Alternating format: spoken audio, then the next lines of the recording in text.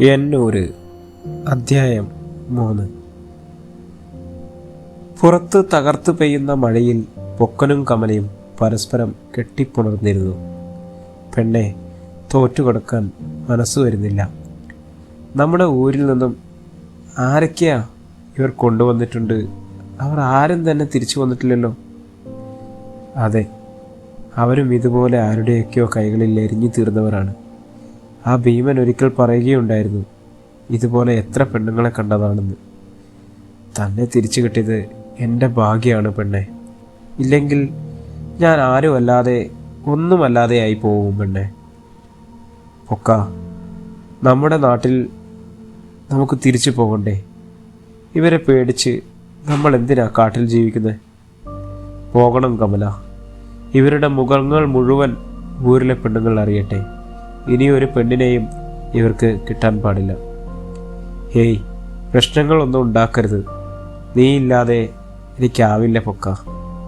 പെണ്ണേ, കമല, നിന്നെ വലിച്ചു കീറാൻ അവർ ശ്രമിച്ചപ്പോഴും നീ നിന്റെ കരുത്തുകൊണ്ട് രക്ഷപ്പെട്ടു. അതിനവർക്ക് മറുപടി കൊടുക്കണ്ടേ? അവൾ അവനെ ചേർത്ത് പിടിച്ചു. അവൻ്റെ ചുണ്ടുകളിൽ പൊക്കൻ്റെ ചൂട് തിരഞ്ഞു നടന്നു. അവനാവട്ടെ ഒരു തിളച്ചു മറിഞ്ഞ ലാവ പോലെയായിരുന്നു, ഒരുതരം ഭ്രാന്തിൻ്റെ കൊടുമുടിയിൽ. അധ്യായം 10. ഊരിൽ കുറച്ച് പോലീസ് ജീപ്പുകൾ വന്നു നിന്നു. അതിനു പുറകെ ഒരു ഇടിവണ്ടിയും അതിൽ നിന്നും ഒരു യുദ്ധത്തിനെന്ന പോലെ പോലീസും ചാടിയിറങ്ങി. പൊക്കൻ്റെയും കമലയുടെയും മിലിറ്ററി യൂണിഫോമിൽ കുറച്ച് ചിത്രങ്ങൾ ഒട്ടിച്ചു. പോലീസ് വാഹനങ്ങളും ആളുകളെയും കണ്ട് പത്രക്കാരെയും ഒക്കെ കണ്ട് ഊരു നിവാസികൾ ഭയന്നു വിറച്ചു. പൊക്കനും കമലയും മാവോയിസ്റ്റിൽ ചേർന്നു എന്നും മന്ത്രിയെ കൊല്ലാൻ ശ്രമിച്ചു എന്നും തീക്കാറ്റ് പോലെയുള്ള വാർത്ത പടർന്നു തുടങ്ങി. ഊരിലേക്കുള്ള റേഷൻ സംവിധാനം നിർത്തലാക്കാൻ മന്ത്രിയുടെ സ്പെഷ്യൽ ഓർഡർ. പൊക്കൻ്റെ അമ്മ നെഞ്ചിൽ അടിച്ചു കരഞ്ഞുകൊണ്ടിരുന്നു. ഒരാളെ സ്നേഹിക്കാൻ മാത്രം അറിയുന്ന എൻ്റെ മക്കൾ എങ്ങനെ ഒരാളെ കൊല്ലാൻ ശ്രമിക്കും? ഊരിലെ മുഴുവൻ യുവാക്കളെയും പോലീസ് ഇടിവണ്ടിയിൽ കയറ്റിയിറക്കി മർദ്ദിച്ചു തുടങ്ങി. പെൺകുട്ടികളെ രഹസ്യ ചോദ്യം ചെയ്യൽ. നക്സലൈറ്റുകളും മാവോയിസ്റ്റുകളും വാഴുന്ന അടിമാവ് കോളനിയെ പത്രക്കാർ ഭീകരവൽക്കരിച്ചു തുടങ്ങി. അധ്യായം 11. അവധി കഴിഞ്ഞ് നാളെ നവീൻ തണ്ടർബോൾട്ടിൽ ജോയിൻ ചെയ്യുകയാണ്. ഒരുപാട് നാളിന് ശേഷം തിരിച്ചു കയറുകയാണ്. കാശ്മീരിൽ ഭീകരാക്രമണത്തിൽ പരിക്കുപറ്റി കുറച്ചു മാറി നിന്നതായിരുന്നു. ഇപ്പോൾ തണ്ടർബോൾട്ടിൽ കമാൻഡിംഗ് ഓഫീസറായി ജോലി തുടക്കം. അതും വയനാട്ടിൽ കാട്ടിൽ തന്നെ. അടിമാലി കോളനിയിലെ മന്ത്രിവധ ശ്രമത്തിലെ മാവോയിസ്റ്റുകളെ പിടിക്കാൻ കണ്ടാൽ വെടിവെക്കാനാണ് ഉത്തരവ്. വൈത്തിരി ഉപവൻ റിസോർട്ടിൽ നിന്നും മാവോയിസ്റ്റ് ജമാലിനെ വെടിവെച്ച് കൊന്ന പുകിൽ ഒന്നും ഇതുവരെ തീർന്നിട്ടില്ല. എന്തായാലും നാളെ പോവുക തന്നെ. ബാഗിൽ തുണി മടക്കി വയ്ക്കുമ്പോൾ രാഗിയുടെ കണ്ണുകൾ നിറഞ്ഞൊഴുകുന്നുണ്ടായിരുന്നു. എന്താണ് മാഷേ, താനൊന്നും ഇല്ലെങ്കിലും ഒരു പട്ടാളക്കാരൻ്റെ ഭാര്യയല്ലേ? ശരിയാണ് നവി, പക്ഷേ ഇത് താൻ ആ കാട്ടിലേക്കാണ്, അതും മാവോയിസ്റ്റുകൾ. എടോ, അതിർത്തിയിൽ വരുന്ന തീവ്രവാദികളെ പോലെ ഒന്നും അല്ല ഇവർ കഥകളിലൊക്കെ കേട്ട പോലെ ഭീകരന്മാരൊന്നുമല്ല. അവകാശങ്ങൾക്ക് വേണ്ടി പോരാടാൻ ഇറങ്ങിയ ഒരു കൂട്ടർ. എന്തായാലും നമുക്ക് കാണാലോ. നവിയേട്ടാ, എനിക്ക് പറ്റണില്ല ഇതൊന്നും ഉൾക്കൊള്ളാൻ. നമുക്ക് ഇഷ്ടം പോലെ സ്വത്തുണ്ടല്ലോ. ഇനിയും നവേട്ടിന് ജോലിക്ക് പോകണമെന്നുണ്ടോ? രാജ്യസേവനം അല്ല മോളെ. പോകാതിരുന്നാൽ ഞാൻ ആരായി മോളെ? സ്വത്തിനും പണത്തിനും അപ്പുറം. വാക്കുകൾ കിട്ടാതെ നവിയുടെ തൊണ്ട ഇടറി. അത് പുറത്തു കാണിക്കാതെ രാഗിയെ അവൻ നെഞ്ചോട് ചേർത്ത് നിർത്തി. അവൾ അങ്ങനെ വിടാതെ മുറുകെ പുണർന്നു. രാത്രിയിൽ ഗുഹയിൽ ഇരുട്ടും പ്രണയവും മാത്രം. കമല പൊക്കനോടൊപ്പം ഒരുമിച്ചൊരു രാത്രി. പ്രണയവും ജീവിതവും ഒരുമിച്ച ആദ്യത്തെ രാത്രി. കമലയുടെ പനി പതുക്കെ മാറിയിരുന്നു. പതിയെ അവളുടെ ആരോഗ്യനില പഴയപടിയിലേക്ക് മാറിത്തുടങ്ങി. പക്ഷേ കമലയിൽ നിന്നും പടർന്നതാവണം പൊക്കന് പനിയും. പിന്നെ അട്ട കടിച്ച ഇടങ്ങളിൽ നീര് വന്നിരുന്നു. പതിയെ പാറയിലൂടെ ഊർന്നിറങ്ങിയ കമല കാട്ടുഫലങ്ങളും പച്ചിലകളും ശേഖരിച്ചു. കുറച്ചു മാറി പുകയുയരുന്നതും അവളുടെ ശ്രദ്ധയിൽപ്പെട്ടു. പച്ചിലകൾക്കിടയിലൂടെ ഇഴഞ്ഞ് അവിടേക്ക് എത്തി നോക്കി. അവിടെ വേറെ കുറേ ആളുകളാണ്. അവർ നായാട്ടിലെത്തിയവരായിരുന്നു. മാംസങ്ങൾ ചുടുന്നതിൻ്റെ ലഹരി നുണയുന്നതിൻ്റെയും തിരക്കിലായിരുന്നു അവർ അവിടെ നിന്നും പിൻവലിയും വരെ അവൾ അവിടെ പതിയിരുന്നു. അവിടെ നിന്നും തീയും ചുട്ടെടുത്ത മാംസവും ബാക്കിയുള്ള ഭക്ഷണ സാധനമായി അവൾ ഗുഹയിലേക്ക് മാറി. പൊക്കൻ്റെ ആരോഗ്യനില തികച്ചും കഷ്ടമായിരുന്നു. വസ്ത്രങ്ങളില്ലാതെ ചൂടില്ലാതെ അവൻ പലപ്പോഴും അബോധാവസ്ഥയിലേക്ക് മാറിക്കൊണ്ടിരുന്നു. കമല വിറക് കൂട്ടി അതിന് തീക്കനൽ പാർന്നപ്പോൾ പതിയെ ഗുഹയിൽ ചൂട് നിറഞ്ഞു തുടങ്ങി. ബാക്കിയുള്ള മാംസങ്ങൾ അവൾ ചുട്ടെടുത്തു. പൊക്കന് ചൂട് പിടിച്ചു കൊടുത്തു. അവൾ അവനെ മടിയിലേക്ക് കിടത്തി കാട്ടിൽ നിന്നും ശേഖരിച്ച പച്ചമരുന്നുകൾ അവൻ്റെ വായിലേക്ക് ഇറ്റിച്ചു കൊടുത്തു. അവനൊരു കൊച്ചുകുട്ടിയെപ്പോലെ അവളുടെ മടിയിൽ ഒതുങ്ങിക്കൂടി. അവൾ അവനെ അവളിലേക്ക് ഒന്നുകൂടി ചേർത്ത് പിടിച്ചു. വീടിന് മുന്നിൽ പോലീസ് വാഹനം വന്നു നിന്നു. നവി രാഗിയോട് യാത്ര പറഞ്ഞു വണ്ടിയിൽ കയറി. അടിമാലി കോളനിയിൽ തണ്ടർബോൾട്ട് ടീമിനൊപ്പം വൈകുന്നേരമാണ് നവി എത്തിയത്. പോലീസ് വാഹനം കണ്ടതുകൊണ്ടാവണം കോളനി നിവാസികൾ എല്ലാവരും വീടുകളിൽ കയറി ഒളിച്ചു. അധ്യായം 13. നേരം കുറച്ച് കഴിയവേ പൊക്കൻ ചെറുതായി കണ്ണുകൾ തുറന്നു. വല്ലാത്തൊരു പരവേശത്തോടെ കമലയെ നോക്കി. അവനാകെ വിശപ്പാണോ ദാഹമാണോ എന്നൊന്നും തോന്നാത്ത ഒരവസ്ഥ. കമല അവനെ പതിയെ തന്നോട് ചേർത്ത് ചാരിയിരുത്തി അവൻ്റെ വായിലേക്ക് ബാക്കിയുണ്ടായിരുന്ന പച്ചിലച്ചാറുകൾ കൂടി ഇറ്റിച്ചു. പൊക്കൻ പതിയെ അത് അല്പാൽപമായി നുണഞ്ഞിറക്കി. കുറച്ചു കഴിഞ്ഞ് കമല അവന് ചുട്ട മാംസം വായിൽ വെച്ച് കൊടുത്തുകൊണ്ടിരുന്നു. മതിയെന്ന് പൊക്കൻ പറഞ്ഞെങ്കിലും വയറു നിറയുന്നത് വരെ അവൾ അവനെയും കൊണ്ട് കഴിപ്പിച്ചു. കമലയുടെ ചൂടും പരിചരണവും കൊണ്ട് പൊക്കൻ 2 ദിവസം കൊണ്ട് തന്നെ ആരോഗ്യം ഒരുവിധം വീണ്ടെടുത്തു തുടങ്ങി. പെണ്ണേ ദോ അവൻ്റെ വിളികൾ അവൾ വിളികെട്ടു. നമ്മൾക്ക് ഇവിടെ ഇങ്ങനെ കഴിഞ്ഞാൽ മതിയോ? രക്ഷപ്പെടണ്ടേ നമ്മൾക്ക്? വേണ്ട പൊക്ക, നമ്മൾക്ക് ഇവിടെ ഇങ്ങനെ മതിയല്ലേ? കാടും തീയും പിന്നെ നമ്മുടെ കുഞ്ഞുങ്ങളുമൊക്കെ ഈ കാട്ടിൽ ഇങ്ങനെ ജീവിക്കാം. നാടും ഊരുമൊക്കെ നമുക്ക് വേണം. എനിക്ക് നീയും നിനക്ക് ഞാനും. അതൊന്നും ശരിയാവില്ല. നമ്മളെ കാണാതായാൽ നമ്മുടെ ആളുകൾ വിഷമമാവില്ലേ? അവർക്ക് നമ്മളെ കാണാൻ തോന്നില്ലേ? നമ്മൾ മാത്രമാകുമ്പോൾ മറ്റുള്ളവർ ഇല്ലെങ്കിൽ നമുക്കൊരു സമാധാനം കിട്ടുമോ? മറ്റുള്ളവരെ വേദനിപ്പിച്ചിട്ട് അവരെ എല്ലാം ഉപേക്ഷിച്ചിട്ടും നമുക്കൊന്നും നേടേണ്ട പെണ്ണേ. ഇത് ജീവിതമല്ലേ? ഇങ്ങനെ സംഭവിക്കുമെന്ന് നമ്മളും കരുതിയില്ലല്ലോ. ഒരു ജോലി തേടി വന്നതുകൊണ്ട് പറ്റിയതല്ലേ? നിന്റെ കൂടെ ഞാനുണ്ടായിരുന്നു, നിന്നെ രക്ഷിക്കാൻ ഞാനുണ്ടായിരുന്നു. അതുകൊണ്ട് നമുക്ക് പിടിച്ചു നിൽക്കാൻ പറ്റി. പക്ഷേ നമ്മുടെ ഇടയിൽ നിന്നും കാണാതായ എത്രയോ പേര്. അവർക്ക് എന്താ പറ്റിയെന്ന് നീ ചിന്തിച്ചിട്ടുണ്ടോ കമല? ഇവിടുന്ന് എങ്ങനെയെങ്കിലും രക്ഷപ്പെടാൻ നോക്കണം. നാട്ടിലെ അവസ്ഥ എന്താണെന്ന് അറിയില്ല. ചിലപ്പോൾ അവർ നമ്മളെക്കുറിച്ച് എന്തൊക്കെ പറഞ്ഞുണ്ടാക്കിയെന്നും നമുക്കറിയില്ലല്ലോ. പൊക്ക, ഞാൻ ഇത്രയൊന്നും ചിന്തിച്ചിട്ടില്ല. നീ പറഞ്ഞപ്പോഴാണ് നിന്നോട് സ്നേഹം കുറച്ചുകൂടി കൂടിയിട്ടുണ്ടോ എന്നെനിക്കൊരു സംശയം. അവൾ പെട്ടെന്ന് അവൻ്റെ ചുണ്ടുകളെ സ്വന്തമാക്കി. എത്ര നേരം അങ്ങനെ പോയെന്ന് അവരറിഞ്ഞില്ല. ഒടുവിൽ അവൾ വിളിച്ചു, പൊക്ക. അവൻ വിളി കേട്ടു. നീ ഇപ്പം ആരോഗ്യം വീണ്ടെടുത്തില്ലേ? ആ ചിരി കൊണ്ട് അവൻ മൂളി. അത് നിനക്ക് മനസ്സിലായില്ലേ പെണ്ണേ? അതല്ല ചക്ക, നമുക്ക് ഇപ്പോൾ തന്നെ രക്ഷപ്പെടാനുള്ള ശ്രമം തുടങ്ങിയാലോ? ഇപ്പോഴോ? അത് വേണോ? കുറച്ച് സമയം കൂടി കഴിഞ്ഞിട്ട് പോരാ. ഇനി നമ്മുടെ മുന്നിൽ ഒരു ലക്ഷ്യമുണ്ടല്ലോ ചക്ക, അത് ചെയ്തു തീർക്കണ്ടേ? അതിന് നമ്മൾക്കല്ലേ പറ്റൂ. ശരിയാ. ശരിക്കും നമ്മളെ മനസ്സിലാക്കുന്നു പെണ്ണേ. ഒരാൾ ചിന്തിക്കുന്നത് മറ്റേയാൾക്ക് മനസ്സിലാവുന്നുണ്ട്. ഒരാൾ തളരുമ്പോൾ മറ്റൊരാൾ താങ്ങാവുന്നുണ്ട്. ഇതാണോ പ്രണയം? അല്ലെങ്കിൽ ജീവിതം? ആവോ, അതൊന്നും എനിക്ക് അറിഞ്ഞൂടെ പൊക്ക. പക്ഷേ നീ പറഞ്ഞതുപോലെ എന്തൊക്കെയോ ചെയ്യാനുണ്ടെന്നൊരു തോന്നൽ. അത് ചിലപ്പോൾ പല ദൈവങ്ങൾ തോന്നിപ്പിക്കുന്നതാവും അല്ലേ പൊക്ക? ആവും പെണ്ണേ. അവർക്ക് നമ്മളെ അറിയാലോ. എന്നാൽ പിന്നെ സമയം കളയണ്ട. ഈ ഗുഹയിൽ നിന്നും പുറത്തു കടന്നാലോ? പതിയെ അവർ പുറത്തേക്ക് ഗുഹയിൽ നിന്നും അള്ളിപ്പിടിച്ചിറങ്ങി. പതുക്കെ പെണ്ണേ, സൂക്ഷിച്ച്. ഓ ശരി, സൂക്ഷിക്കാം. നിനക്ക് പേടിയാണോ പൊക്ക? ചിരിച്ചുകൊണ്ട് അവൾ ചോദിച്ചു. ഇല്ല, എന്നാലും ഒരുവിധം രക്ഷപ്പെട്ടു നടന്ന് അവർ പോകെ കാടും അവർക്കിടയിൽ സ്നേഹത്തിൻ്റെ കോട്ട തീർത്ത പോലെ. കുറച്ച് മുന്നിലേക്ക് നടന്നപ്പോൾ ഒരു നദി കണ്ടു. ദാഹം തീർക്കാനായി പൊക്കാൻ അതിൽ നിന്നും വെള്ളം കോരി കുടിച്ചു. അത് നോക്കി നിന്ന കമലയ്ക്കും വെള്ളം വേണമെന്ന് അവന് മനസ്സിലായി. ഇറങ്ങാൻ മടിച്ച അവളുടെ വായിലേക്ക് പൊക്കൻ വെള്ളം തൻ്റെ കൈക്കുമ്പിളിൽ കോരി ഒഴിച്ചു കൊടുത്തു. വെള്ളം കയ്യിൽ കിട്ടിയ നിമിഷം കമല ഒന്ന് ഞെട്ടിയ പോലെ. വെള്ളം അവൾ ഒന്നുകൂടി വേണമെന്ന് പൊക്കനോട് പറഞ്ഞു. അവൾ വീണ്ടും അവളുടെ വായിലേക്ക് വെള്ളം ഒഴിച്ചു കൊടുത്തു. പൊക്ക, ഇത് എന്താണ് പെണ്ണേ? നീ പറയും. ഇത് കപില നദിയാണ്. നിനക്കതെങ്ങനെ മനസ്സിലായി? അതാണോ ആദ്യം വെള്ളം കുടിച്ചപ്പോൾ ഞെട്ടിയേ? അവൾ മൂളി. നമ്മുടെ പുഴയുടെ മധുരവും നമ്മുടെ പുഴയുടെ രുചിയും നമുക്കറിയില്ലേ പൊക്ക? അപ്പോൾ ഈ നദിയുടെയിലൂടെയാണ് നമ്മുടെ നടത്തം. നമ്മുടെ ഊര് വഴി കർണാടകയിലേക്കുള്ള ഒഴുക്ക്. തമിഴ്നാടും കർണാടകവും പിന്നെ വയനാടും മാത്രമായി ഒരു പുഴ. മലദൈവങ്ങളെ നന്ദി. പൊക്കനും കമലവും പതിയെ ഊരും ലക്ഷ്യമാക്കി നടന്നു. കർണാടകവും തമിഴ്നാടും ചേർന്നു വരുന്ന നാഗർഹോളെ കടുവ സംരക്ഷണ കേന്ദ്രവും ഇവിടെയാണ്. പെണ്ണെ കമലം, വന്യജീവി ആക്രമണം പ്രതീക്ഷിക്കണം. അവൾ അവനെ കെട്ടിപ്പിടിച്ചു.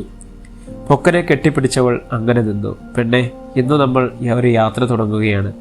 ജീവിതത്തിൻ്റെ ഏറ്റവും ദുർഘടങ്ങളായ ഘട്ടങ്ങളിലൂടെ. നീയോ ഞാനോ നമ്മളിൽ ആര് ബാക്കിയാവും എന്നറിയില്ല. എന്നിരുന്നാലും നമ്മുടെ ജീവിതം ഊരറിയണം. നമ്മുടെ ഊരിലെ ഓരോ കിടാങ്ങളും ഇതുപോലെ ആവരുത്. അവരുടെ സ്വപ്നങ്ങൾ ഇവരെ പോലെയുള്ളവർ ഞെരടിയേറിയരുത്. പൊക്ക, എനിക്ക് പേടിയാവുന്നു. കാട്ടിലെ മൃഗങ്ങളെക്കുറിച്ചല്ല, നാട്ടിലെ മൃഗങ്ങളെക്കുറിച്ചോത്ത് ഞാൻ ചത്തുകളയും നീയില്ലെങ്കിൽ. അവളെ നെഞ്ചിലേക്ക് ചേർത്ത് പിടിച്ചു. ഞാനുണ്ട് പെണ്ണെ, നാമുണ്ട് പെണ്ണെ. പൊക്കൻ മരത്തടികളും വള്ളികളും കൂട്ടിക്കെട്ടി ഒരു ഉഗ്രൻ ചെങ്ങാടം കെട്ടി. പതിയെ അവളും അതിൽ കയറി. കപില നദി അങ്ങനെ ഒഴുകിക്കൊണ്ടിരിക്കുകയാണ്. അതിനൊപ്പം പൊക്കൻ്റെയും കമലയുടെയും ചങ്ങാടവും. കരയിൽ നിന്നും മാൻകൂട്ടം അവരെ നോക്കി നിന്നു. അധ്യായം 14.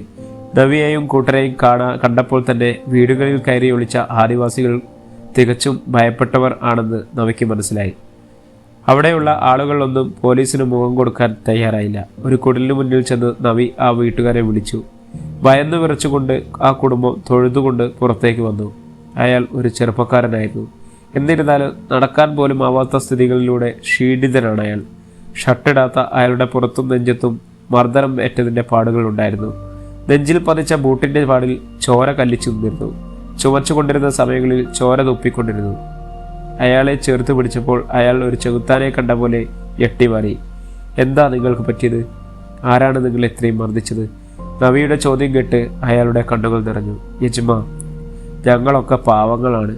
നിങ്ങൾ പറയുന്ന മന്ത്രിമാരെ ഞങ്ങൾക്കറിയില്ല സാറേ. ഇനിയും തച്ച ഞങ്ങൾ ചത്തുപോകും ബ്രാ.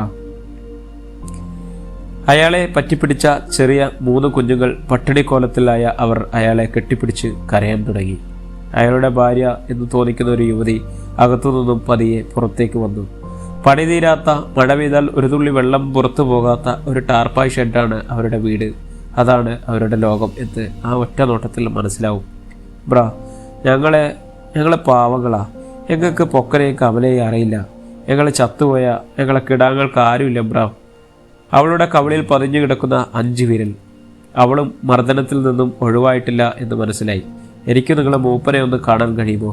ഞാൻ നിങ്ങളെ ഉപദ്രവിക്കാൻ വേണ്ടി വന്നതല്ല. അയാൾ മൂപ്പൻ്റെ കുടിലേക്ക് നവിയെയും കൂട്ടിക്കൊണ്ടുപോയി. ചാണകം മെഴുകിയ നിലത്ത് പലക കൊണ്ടുള്ള ഇരിപ്പിടത്തിലിരുന്ന മൂപ്പൻ വളരെ അസ്വസ്ഥനായിരുന്നു. കുന്നിക്കൊരു കൊണ്ട് തീർത്ത വലിയ തോടൻ ഊരുമൂപ്പത്തിയുടെ ചെവിയിൽ വിശ്രമിച്ചിരുന്നു. തൻ്റെ ജനതയുടെ മേൽ മേലാളന്മാർ നടത്തിയ അധിനിവേശത്തിൽ പ്രതികരിക്കാനാവാതെ അയാളുടെ മനസ്സ് മുരടിച്ച പോലെയാണ് എന്ന് നവിക്ക് തോന്നിയത്. മൂപ്പ, എന്താണ് സംഭവിച്ചത് എന്നറിയാനാണ് ഞങ്ങൾ വന്നത്. എംബ്ര, ഞങ്ങളെ പാവങ്ങളാണ്. പണിയർ വിഭാഗമാണ് എംബ്ര. എൻ്റെ കുഞ്ഞുങ്ങൾക്ക് എന്താണ് സംഭവിച്ചതെന്നറിയില്ല. അടുത്ത മാസം മംഗലം നടക്കണ്ട. ഞങ്ങളെ കിടാങ്ങൾ ഭാവോയിച്ചത്രേ. മൂപ്പൻ്റെ ശബ്ദം കിരച്ചു നിന്നു. അയാൾ ഒരു ചുമ തുടങ്ങി. അത് പതിയെ വലിവിലേക്ക് വഴിമാറിക്കൊടുത്തി. മൂപ്പത്തി അദ്ദേഹത്തിൻ്റെ നെഞ്ച് തടവിക്കൊടുത്തു. ഞങ്ങൾക്ക് ചോദിക്കാനും പറയാനും ആരുമില്ല ബ്ര. എന്നാലും മാനം ഞങ്ങൾ വിറ്റിട്ടില്ല. തന്തയില്ലാത്ത കുഞ്ഞുങ്ങളുണ്ടായാൽ ഞങ്ങൾ അതിനെ കൊല്ലാറില്ല ബ്ര. ഊരിൽ നിന്നും പോയ പെൺകുട്ടികളിൽ ആരും ഇതുവരെ തിരിച്ചു വന്നിട്ടില്ല. അവരൊക്കെ വലിയ നിലയിലാണത്രേ. ആവോ, ഞങ്ങളെങ്ങനെ കൊല്ലാനാകുമ്പോൾ ഞങ്ങൾക്കും അറിയണം ബ്ര ഞങ്ങളെ കുട്ടികൾക്ക് എന്താ പറ്റിയതെന്ന്. മൂപ്പ, ആരാണ് കുട്ടികളെ കൊണ്ടേത്? ഞങ്ങളെ കിടാക്കളെ മൊത്തം കൊണ്ടേത് ബാലമാഷാണ് ബ്ര. പെൺകുട്ടികൾ പോയവർ എല്ലാവരും രക്ഷപ്പെട്ടത്രേ. റേഷൻ കിട്ടാതെ എത്ര നാളായി ബ്ര. എൻ്റെ കുട്ടികളെ വിശന്ന് നിലവിളിക്കുമ്പോൾ ഞാൻ എന്താ പറയാ? നവിക്ക് പറയാൻ വാക്കുകളില്ലായിരുന്നു. എൻ്റെ കിടാങ്ങളെ മുഴുവൻ ഏമാന്മാർ തല്ലിച്ചതച്ചില്ലേ. എൻ്റെ കുട്ടികൾ മാവോയിസ്റ്റും തീവ്രവാദിയൊന്നുമല്ല ആവില്ല. അവർ കാടിനെ അറിയുന്നവരാമാനെ. ഞങ്ങൾക്ക് നിങ്ങളെപ്പോലെ പഠിപ്പുമൊന്നുമില്ല ബ്ര. മാറി മാറി എടുക്കാൻ തുണിയില്ല, കിടക്കാൻ നല്ലൊരു കുടിയില്ല, പോയി വരാൻ വണ്ടിയില്ല. രാത്രിയിൽ മൃഗങ്ങൾ, പകല് മനുഷ്യന്മാർ. ഇതാണ് ബ്ര ഞങ്ങളെ ജീവിതം. ജനിച്ചു പോയില്ലേ ബ്ര, ഒന്ന് ജീവിക്കണം. ഇനിയും ഞങ്ങളെ ഉപദ്രവിക്കരുത് എന്ന് പറയണം. മൂപ്പൻ വിഷമിക്കണ്ട, ഞങ്ങൾ കണ്ടുപിടിച്ചു തരും മൂപ്പൻ്റെ കുട്ടികളെ. അയാൾ യാത്ര പറഞ്ഞിറങ്ങാൻ നേരം മൂപ്പൻ ഒരു മുളംകുറ്റി നവിക്ക് നൽകി. നല്ല കാട്ടു തെന്നിറച്ച മുളംകുറ്റി. വണ്ടിയിൽ കയറി യാത്ര പറഞ്ഞു പോകുമ്പോൾ പതിയെ കുടിലുകളിൽ നിന്നും ഓരോ തലകൾ പുറത്തേക്ക് എത്തി നോക്കുന്നുണ്ടായിരുന്നു. ഡ്രൈവർ പ്രതാപനെ ഒന്ന് നോക്കി നവി, എടോ തനിക്കെന്ത് തോന്നുന്നു? ഒന്നും പറയാൻ പറ്റില്ല സാറേ. ഇപ്പോൾ സാറിന് അവർ തന്ന തേനിൽ പോലും എനിക്ക് വിശ്വാസമില്ല. പ്രതാപ, താൻ കഴിക്കണ്ട. പക്ഷെ അവർ ചതിക്കില്ലടോ. അവർക്ക് ചതി അറിയില്ല. ഇതുപോലെ ഒരു പാവം ആദിവാസി മധുവിനെ നമ്മളെല്ലാം കൂടി തല്ലിക്കുന്നത് മറന്നു താൻ. എന്തിനായിരുന്നു ഇടോ അതൊക്കെ? വിശപ്പ് കൊണ്ടല്ലടേ അവൻ അതൊക്കെ മോഷ്ടിച്ചത്. സാറേ, അത് ഒന്നും പറയണ്ടടോ പ്രതാപ. മനുഷ്യനായി ചിന്തിക്കാം. നമുക്ക് അതിന് തോളിലെ നക്ഷത്രം നോക്കണ്ടല്ലോ. അപ്പോൾ സാറേ, നമ്മൾ എങ്ങോട്ടാണ് അടുത്തത്? നേരെ പോട്ടെ പ്രതാപ, ബാലൻ മാഷിൻ്റെ വീട്ടിലേക്ക്. രാഗിയുടെ ഫോൺ കോൾ പതിയെ ഡിസ്പ്ലേയിൽ മിന്നിത്തെരിഞ്ഞു. എന്താടി പെണ്ണേ? തവിയേട്ടാ, ഇവിടെ ഒരാൾ കച്ചറ കൂട്ടാൻ തുടങ്ങിയിട്ടോ. ആരാണ് ഹേ? ആരാ? നിങ്ങളുടെ പുന്നാര മോള്.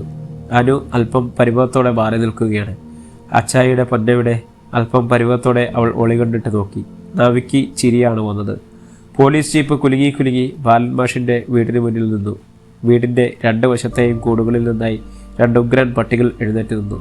അവയുടെ കൊരയിൽ നെഞ്ചു കിടങ്ങുന്ന പോലെ. നവി ജീപ്പിൽ നിന്നും ഇറങ്ങി സിറ്റൗട്ടിലേക്ക് കയറി. അകത്തുനിന്നും ഒരു സ്ത്രീ വന്ന് വാതിൽ തുറന്നു. ബാലൻ മാഷ്? ആ, ഇവിടെ ഉണ്ട് എന്ന് ആ സ്ത്രീ മറുപടി പറഞ്ഞു. അകത്തുനിന്നും അല്പം പരിഭ്രമത്തോടെ ബാലൻ മാഷ് പുറത്തേക്ക് വന്നു. മാഷേ, I am Naveen Kumar from Thunderbolt. സാറേ, അകത്തേക്ക് വരൂ. ബാലൻ മാഷിൻ്റെ സ്വാഗതം സ്വീകരിച്ച് നവി അകത്തേക്ക് കയറിയിരുന്നു. സ്വീകരണ മുറിയിലെ ഷോക്കേസ് മുഴുവൻ ബാലൻ മാഷിന് കിട്ടിയ പുരസ്കാരങ്ങളായിരുന്നു. പ്രശസ്തി പത്രങ്ങളും മെഡലുകളും, അങ്ങനെ എല്ലാം കൊണ്ടും തിങ്ങി നിറഞ്ഞ ഒരു സ്വീകരണ മുറി. മാഷേ, നിങ്ങളെ പുലിയാണല്ലോ. എന്താ സാറേ, ആളുകൾ ഓരോന്ന് അറിഞ്ഞു തരികയല്ലേ. നിങ്ങൾക്ക് കുടിക്കാൻ ചായയാണോ അതോ കാപ്പിയോ? അയ്യോ, കുടിക്കാനൊന്നും വേണ്ട മാഷേ. ഞാൻ നമ്മുടെ മാവോയിസ്റ്റുകളെ കുറിച്ച് കുറച്ച് കാര്യങ്ങൾ അറിയാൻ വേണ്ടി വന്നതാ. ആ സാറേ, ഈ കാലത്ത് ആരെയാണ് വിശ്വസിക്കുക? പാവങ്ങളല്ലേ എന്ന് കരുതി ജോലിക്ക് കൊണ്ടുപോയതാണ്. ബംഗ്ലാവിൽ മന്ത്രി വന്ന ദിവസം ഇവർ എവിടെ നിന്നാണ് എന്നറിയില്ല, കത്തിയും തോക്കൊക്കെയായി ഒന്ന് ആക്രമിച്ചു. ഭാഗ്യത്തിന് അദ്ദേഹത്തിന് അവർക്ക് കൊല്ലാൻ കഴിഞ്ഞില്ല. പിന്നെ അവിടുന്ന് രക്ഷപ്പെട്ടു. ഞങ്ങളുടെ നായ്ക്കളെ അവർ ആക്രമിച്ചു. സംഘത്തിൽ കുറച്ചധികം തോക്കുധാരികളുണ്ടായിരുന്നു. ഓഹോ, അത്രയ്ക്കൊക്കെ ഉണ്ടായിരുന്നോ? അവർ അത്രയ്ക്കും ഭീകരന്മാരാണ് എന്നാണോ? ഇത്രയധികം ആളുകൾ ഉണ്ടായിട്ടും നിങ്ങൾക്ക് എങ്ങനെയാണ് മന്ത്രിയെ രക്ഷിക്കാൻ കഴിഞ്ഞത്?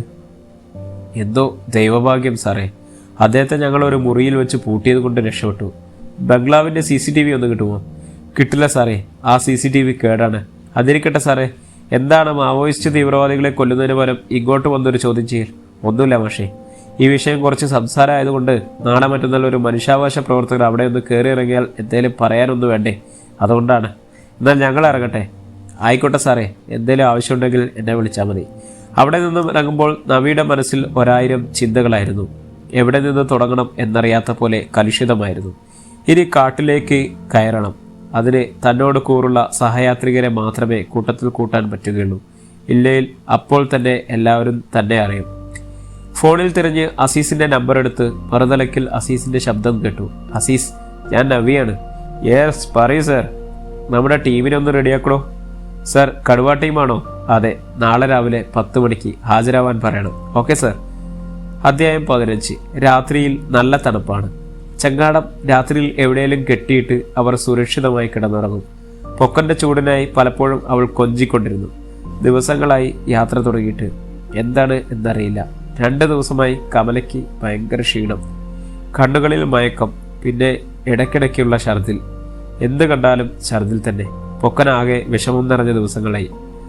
എത്രയായി പുറപ്പെട്ടിട്ട് എന്നറിയില്ല. ഇതുവരെയും എവിടെയും എത്തിയിട്ടില്ല. വന്യമൃഗങ്ങൾ വാഴുന്ന കൊടും വനമാണ്. ഇരുവശവും വെള്ളത്തിനടിയിൽ ഭീകരന്മാരായ മുതലകൾ. പെണ്ണെ കമലം, അവളൊന്ന് മൂളുക മാത്രമാണ് ചെയ്തത്. അവളെ മടിയിൽ വെച്ച് അവനങ്ങനെ ഇരുന്നു. നഗ്നത അവർക്ക് ഇന്നേ വരെ ഒരു പ്രശ്നമായിട്ടില്ല. അവളുടെ വെണ്ണക്കൾ പോലെയുള്ള ശരീരം അവൻ ഒന്ന് നോക്കി. വയറൽപ്പം തടിച്ച പോലെ. വയറിൽ അവനൊന്ന് തലോടി. കമല, നമുക്കിടാങ്ങൾ ഇതിലുണ്ടോ? പോടാ അവന്ന് അവൾ ഒരു നാണത്തോടെ പറഞ്ഞു. പൊക്ക, എന്താണീ പെണ്ണെ? എനിക്ക് മാസം വറ തെറ്റിയിട്ട് 2 ദിവസം കഴിഞ്ഞു. അന്ന് ബാലൻ മാഷിൻ്റെ അവിടെ വെച്ച് കണ്ടതിൽ പിന്നെ ആയിട്ടില്ല. എടി, നിനക്ക് ഛർദിൽ തുടങ്ങിയിട്ട് ഇപ്പോൾ 2 ദിവസമായില്ലേ? അപ്പോൾ അത് തന്നെ, നമുക്ക് കിടാങ്ങൾ ഉണ്ടാകാൻ പോകുന്നു. പൊക്കൻ്റെ സന്തോഷം ചങ്ങാടം ഒന്ന് ആടിയൊലഞ്ഞു. പതിയെ അവൻ ചെവി അവളുടെ വയറിലേക്ക് ചേർത്ത് വെച്ചു. അവളിങ്ങനെ സന്തോഷം കൊണ്ട് തിളച്ചു മറിഞ്ഞു. പൊക്ക, നമ്മൾ എപ്പോഴാണ് നാട്ടിലെത്തുക? ഒന്നും പറയാൻ കഴിയില്ല കമല. ഇപ്പോഴും നമ്മൾ കൊടുങ്കാട്ടിലാണ്. നമ്മുടെ കുഞ്ഞിനെ ഈ കാട്ടിൽ പ്രസവിക്കേണ്ടി വരുമോ പൊക്ക? എന്താണ് കാട്ടിൽ പ്രസവിച്ചാൽ? കാടിൻ്റെ മകനായി ജനിക്കട്ടെ പെണ്ണേ. ഈ അധ്യായം ഇവിടെ തുടരുകയാണ്. അടുത്ത അധ്യായത്തിനായി നമ്മുടെ ചാനൽ ഒന്ന് സബ്സ്ക്രൈബ് ചെയ്യുക, ബെല്ലൈക്കൺ അമർത്തുക. നിങ്ങളുടെ അഭിപ്രായങ്ങൾ എന്തായാലും ഇവിടെ കുറിച്ചിടാൻ മറക്കരുതേ.